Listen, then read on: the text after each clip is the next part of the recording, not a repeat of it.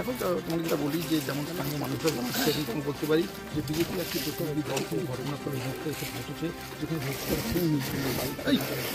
কথা বলার চেষ্টা করবো। দিদি আপনি তো এসছেন, আপনার বিষয়টি জেনেছেন, আপনারা কি বলবেন?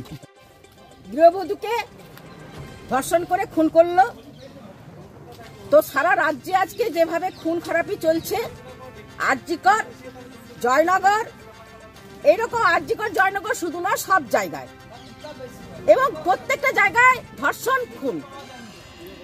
এত করার পরে সাধারণ মানুষ এত জাগ্রত হওয়ার পরেও এখানকার শাহজাহানরা কিন্তু অবারিত দ্বার ঘুরে বেড়াচ্ছে। এখানকার গ্রামবাসীদের কাছ থেকে যা বিবরণ আমরা পেলাম যে এরা কোনো মুখ ফুটে কিছু বলতে পারে না, এত ভীত সন্ত্রস্ত হয়ে এরা থাকে।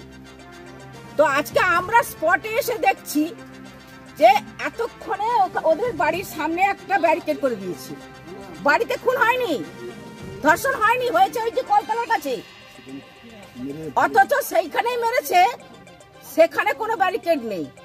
দেখবেন যান যেখানে মানে ওই শুক্লার নাকি সুখচাঁদ তাকে যেখানে ও ছিল, গ্রামবাসীরা যে তাকে ঘিরে রেখেছিল, পুলিশ তাকে উদ্ধার করে নিয়ে চলে গেছে, দিয়ে তাকে মানে একটা সুন্দর করে সাজিয়ে খুন হয়ে গেছে বলে চালাচ্ছে।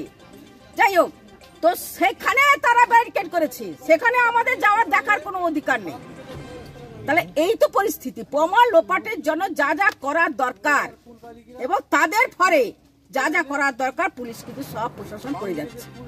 তো আমরা কোথায় যাচ্ছি? আমি বনশ্রী মাইতি, এক্স-এমএলএ এবং আমার জেলার সহসভাপতি।